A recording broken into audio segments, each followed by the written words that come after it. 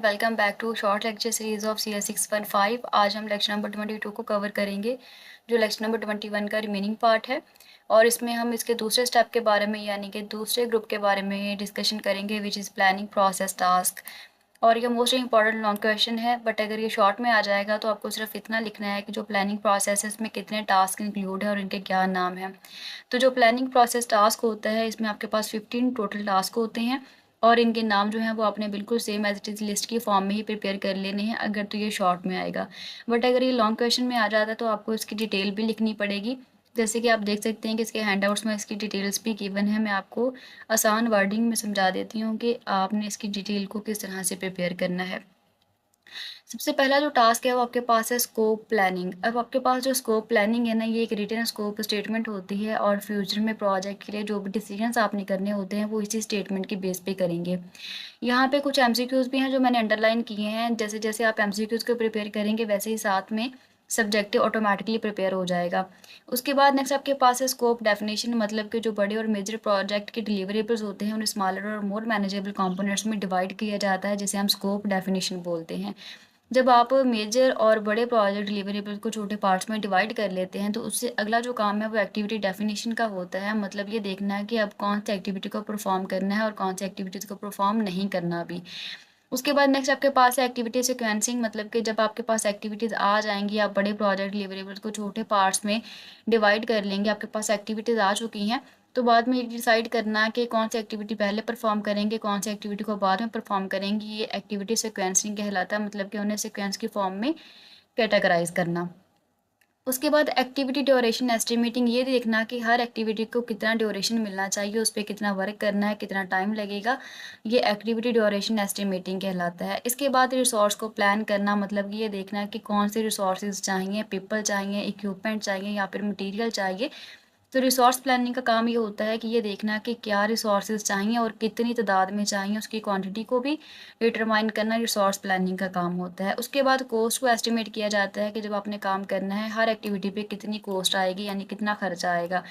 उसके बाद cost budgeting है। कॉस्ट बजटिंग का मतलब होता है कि ओवरऑल जितनी भी कॉस्ट है उसे आपने यहाँ पे पहले एलोकेट कर लेना है, यानी कि जितनी भी ओवरऑल कॉस्ट होती है उसे एस्टिमेट करके एलोकेट करेंगे और बाद में उसे इंडिविजुअल वर्क पैकेजेस में आप डिवाइड कर लेंगे। उसके बाद नेक्स्ट आपके पास है स्केड्यूल डेवलपमेंट, यानी कि यहाँ तक आपने पूरे 8 टास्क में जो भी काम किया है उसे आपने मर्ज करके एक फाइनल रिपोर्ट तैयार करनी होती है, जिसे हम स्केड्यूल डेवलपमेंट बोलते हैं। उसके बाद नेक्स्ट आपके पास यहाँ पे टास्क नंबर 10 है क्वालिटी प्लानिंग। इसमें आप ये डिसाइड करते हैं कि कौन से क्वालिटी स्टैंडर्ड्स को आपने फॉलो करना है, मतलब कि आपको कौन से क्वालिटी स्टैंडर्ड्स चाहिए। उसके बाद कम्युनिकेशन प्लानिंग में आप ये डिसाइड करते हैं कि किसको इन्फॉर्मेशन की ज़रूरत है और कब चाहिए और किस मेथड से इन्फॉर्मेशन प्रोवाइड करनी है। उसके बाद ऑर्गेनाइजेशनल प्लानिंग है, जो कि आपके पास टास्क नंबर 12 है। इसमें आपने क्या करना होता है कि रोल्स, रिस्पॉन्सिबिलिटीज़ वगैरह और रिपोर्टिंग स्ट्रक्चर को डिफाइन करना होता है। नेक्स्ट आपके पास स्टाफ एक्विजिशन है, मतलब कि प्रोजेक्ट के लिए जो रिक्वायर्ड लोग होते हैं, मतलब जिन लोगों की ज़रूरत है, जो स्किल्ड पर्सन है, उन्हें असाइन करना स्टाफ एक्विजिशन कहलाता है। उसके बाद है प्रोक्योरमेंट प्लानिंग, मतलब कि अगर आपने बाहर से कोई चीज़ चाहिए, बाहर से कोई रिसोर्स वगैरह चाहिए, तो ये डिसाइड करना है कि बाहर से जो चीज़ लेनी है वो कितनी लेनी है और कब लेनी है, ये प्रोक्योरमेंट प्लानिंग कहलाता है। उसके बाद आपके पास इसका आखिरी टास्क होता है प्रोजेक्ट प्लान डेवलपमेंट, मतलब कि सब प्लानिंग्स आपने जो भी यहाँ पे काम किया है, आपने टोटल 14 टास्क को परफॉर्म करने के बाद आपके पास एक फाइनल कंप्लीट प्रोजेक्ट प्लान बन जाता है, वो प्रोजेक्ट प्लान डेवलपमेंट कहलाता है। तो ये आपके पास टोटल 15 टास्क हैं और इनकी वर्किंग क्या है और इन्हें किस मकसद के लिए यूज़ किया जाता है, ये most of the important question है। ये आपके सब्जेक्टिव के लिए भी इम्पॉर्टेंट है और ऑब्जेक्टिव के लिए भी इम्पॉर्टेंट है।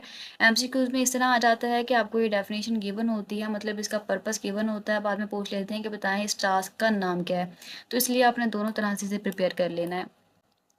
इसके बाद अगला जो ग्रुप है वो एग्जीक्यूटिंग प्रोसेस होता है, यानी कि एग्जीक्यूटिंग प्रोसेस ग्रुप होता है। इसमें आपने ये देखना है कि जब आपने प्लानिंग कर लिया, यानी कि सबसे पहले तो ये था कि प्रोसेस का आगाज़ किया आपने, इनिशिएटिंग प्रोसेस, ठीक है, प्रोसेस का आगाज़ किया, उसके बाद आपने उसे प्लान भी कर लिया। जब आपने प्रोसेस को प्लान भी कर लिया, उसके बाद अगला जो काम है वो प्रोसेस को एग्जीक्यूट करना, मतलब कि चलाना होता है।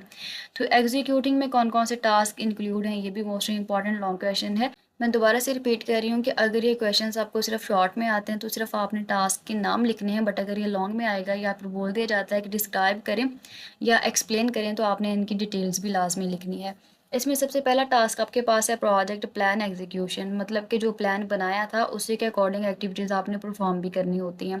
उसके बाद क्वालिटी अश्योरेंस वगैरह, मतलब कि आपने रेगुलरली चेक करना है कि जो काम आप कर रहे हैं क्या वो क्वालिटी स्टैंडर्ड्स को मीट कर रहा है कि नहीं कर रहा है, यानी कि क्वालिटी के जो स्टैंडर्ड्स हैं वो उसमें फॉलो हो रहे हैं कि नहीं हो रहे हैं। उसके बाद टीम डेवलपमेंट है, मतलब कि टीम की स्किल्स को इम्प्रूव करना, टीम वर्क को स्ट्रॉन्ग बनाना टीम डेवलपमेंट कहलाता है। उसके बाद इंफॉर्मेशन डिस्ट्रीब्यूशन, मतलब कि राइट इन्फॉर्मेशन जो है वो राइट लोगों को राइट टाइम पे प्रोवाइड करना इन्फॉर्मेशन डिस्ट्रीब्यूशन कहलाता है, मतलब कि इन्फॉर्मेशन को डिस्ट्रीब्यूट कर देना। उसके बाद है सॉलिसिटेशन। सॉलिसिटेशन का मतलब क्या होता है कि वेंडर से कोटेशंस वगैरह, बिड्स वगैरह, ऑफर्स या फिर प्रपोजल्स वगैरह ऑब्टेन करना। उसके बाद है सोर्स सिलेक्शन, मतलब कि डिफरेंट सेलर्स में से बेस्ट सेलर सेलेक्ट करना सोर्स सिलेक्शन कहलाता है, कि आप कौन सा सोर्स जो है वो सिलेक्ट करना चाहते हैं। उसके बाद आपके पास आखिरी इसका टास्क जो है वो कॉन्ट्रैक्ट एडमिनिस्ट्रेशन होता है, जिस तरह आपको पता है कि एडमिन जो है वो तमाम चीज़ों को मैनेज करता है, इसलिए सेलर्स और उनके दरमियान जो आपके पास रिलेशनशिप्स होते हैं उन्हें मैनेज करना एडमिन का काम होता है। उसके बाद अगला जो प्रोसेस है वो कंट्रोलिंग का प्रोसेस होता है, मतलब कि आपने सबसे पहले प्रोसेस का आगाज़ किया, उसे प्लान किया, उसके बाद आपने उसे एग्जीक्यूट कर लिया, और एग्जीक्यूट करने के साथ साथ कंट्रोल करना भी बहुत ज़्यादा इंपॉर्टेंट होता है। तो प्रोजेक्ट परफॉर्मेंस जो है ना वो लाजमी तौर पे मॉनिटर एंड मेजर होनी चाहिए और रेगुलरली होनी चाहिए। ये यहाँ पे इंपॉर्टेंट एमसीक्यूज़ है, ठीक है। ये इसलिए आप मॉनिटर करते हैं और मेजर करते हैं ताकि प्लान में से जो वेरिएंसेस वगैरह हैं उन्हें आप आइडेंटिफाई कर सकें। अब यहाँ पे शॉर्ट के हवाले से इंपॉर्टेंट है कि जो कंट्रोलिंग प्रोसेस टास्क हैं वो कितने हैं और कौन कौन से हैं। तो जब आपने प्रोसेस को कंट्रोल करना होता है उसके लिए आपके पास 8 टास्क होते हैं, और इनके नाम आपने सेम एज इट इज़ याद कर लेने हैं, जिसमें सबसे पहले आपके पास है integrated change control. Integrated change control का मतलब होता है कि प्रोजेक्ट में चेंजेस को प्रॉपर्ली कोऑर्डिनेट करना, यानी कि जैसे आप चेंज करते हैं आपको ये भी पता होना चाहिए कि आप जिधर कोई चेंज करेंगे उसका क्या इम्पैक्ट पड़ेगा, उसे कोऑर्डिनेट करना भी इंपॉर्टेंट है, इसलिए से हम इंटीग्रेटेड चेंज कंट्रोल का नाम देते हैं। उसके बाद है स्कोप वेरिफिकेशन, मतलब कि क्लाइंट से स्कोप का फॉर्मल अप्रूवल लेना, यानी कि आप जो भी काम कर रहे हैं पहले आप क्लाइंट को दिखाएं, वो एक्सेप्ट करेगा, उसके बाद आपने नेक्स्ट प्रोसीड करना है। उसके बाद स्कोप चेंज कंट्रोल, मतलब कि स्कोप में होने वाले चेंजेस वगैरह को कंट्रोल करना और मैनेज करना। उसके बाद स्केजुअल कंट्रोल, मतलब कि प्रोजेक्ट के स्केजुअल को कंट्रोल करना, आपने जो भी प्रोजेक्ट के लिए एक स्केजुअल बनाया था उसे कंट्रोल करना स्केजुअल कंट्रोल कहलाता है। उसके बाद कोस्ट कंट्रोल, मतलब कि कोस्ट को कंट्रोल करना, क्वालिटी को कंट्रोल करना, इसके अलावा परफॉर्मेंस रिपोर्टिंग वगैरह। अब यहाँ पे जो परफॉर्मेंस रिपोर्टिंग है इसमें क्या क्या चीज़ें इंक्लूड हैं, ये एमसीक्यूज़ के हवाले से भी इंपॉर्टेंट है। तो आपके पास जो परफॉर्मेंस की रिपोर्ट होती है ना उसमें स्टेटस रिपोर्टिंग है, प्रोग्रेस मेजरमेंट है और फॉरकास्टिंग वगैरह शामिल होता है। इसके बाद इसका आखिरी टास्क है रिस्क रिस्पांस कंट्रोल, मतलब कि रिस्क को मॉनिटर करना, न्यू रिस्क आइडेंटिफाई करना और रिस्क प्लान्स वगैरह चेक करना, रिस्क रिस्पांस कंट्रोल कहलाता है। उसके बाद इसका आखिरी प्रोसेस आ जाता है क्लोजिंग प्रोसेस, मतलब कि प्रोजेक्ट को ऑफिशियली क्लोज कर देना क्लोजिंग प्रोसेस कहलाता है। इसमें आपके पास 2 टास्क होते हैं। First one is contract close out.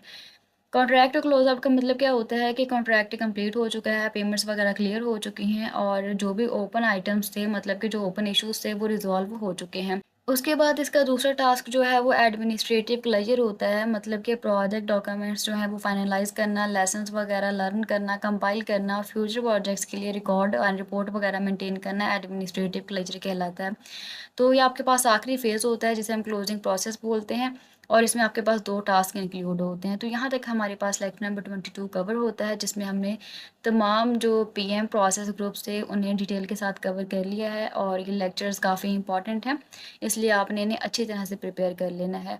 और उसके बाद फिर हम मिलते हैं अगली वीडियो में लेक्चर नंबर 23 के साथ। तब तक के लिए अपना बहुत ख्याल रखिएगा। अल्लाह हाफिज़।